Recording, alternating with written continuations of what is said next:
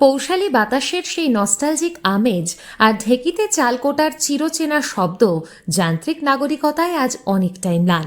সময়ের আবর্তে হেসেলের সেই নিপুণ রন্ধনশৈলী কিছুটা ফিকে হয়ে এলেও ঐতিহ্যকে শিকড়ে ফিরিয়ে আনতেই এক অনন্য প্রয়াসে ব্রতী হয়েছে অরণ্য শহরের নারী সৃষ্টি গোষ্ঠী।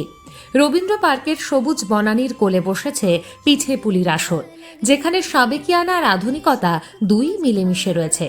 শৈশবের সেই ক্ষীর কিংবা নারকেলের পুর চুরিয়ে খাওয়ার দস্যিপনা আজও আমাদের মনে অমলিন, আর সেই হারানো স্বাদকে পুনরুজ্জীবিত করতেই এই বর্ণিল আয়োজন।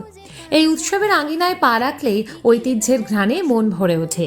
এখানে যেমন পরম মমতায় সাজানো রয়েছে দুধপুলি, চুষি পিঠে কিংবা ধোঁয়া ওঠা পাটিসাপটার মতো চিরকালীন মিষ্টান্ন, তেমনই রসনা বিলাসের জন্য রয়েছে আমাদের এই অঞ্চলের বিশেষ কিছু পদ। রাঢ় বাংলার মাংস পিঠে এবং পাহুড় মাংসের পাশাপাশি শীতকালীন পছন্দের তালিকায় থাকা গরম গরম কড়াইশুঁটির কচুরি ও চালের রুটি ভোজন রসিকদের বিশেষ আকর্ষণ। এমনকি বৈচিত্র্যের স্বাদ আনতে এই আসরে যোগ করা হয়েছে সুস্বাদু সব আফগানি পদের সমাহার।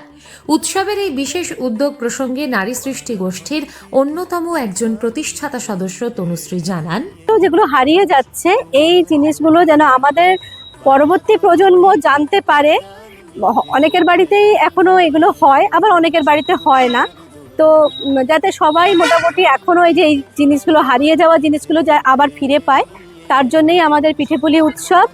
আর সত্যি কথা বলতে একটা ভালো লাগা থেকেও তৈরি। আর আমাদের যে সমস্ত দিদি বোনেরা আমাদের রয়েছে এখনো, মানে আমাদের ঝাড়গ্রামে ক্লাউড কিচেনের কনসেপ্টটা মনে হয় আস্তে আস্তে শুরু হচ্ছে। তো তাদেরকেও এই কনসেপ্টে তাদেরকেও একটুখানি নিয়ে আসার জন্য আমাদের এই উদ্যোগ। আর তারা যেন মানে কিছু করার একটা সাহস পায় আর কি। মানে আমরাও এগোতে চাইছি আর তাদেরকেও এগোনোর চেষ্টা করছি। বিগত 2 বছরের সাফল্যের ধারা বজায় রেখে তৃতীয় বছরেও মানুষের উৎসাহে উৎসব প্রাঙ্গণে আগামী 3রা জানুয়ারি পর্যন্ত জারি থাকবে রসনা তৃপ্তির এই শৈল্পিক যাপন।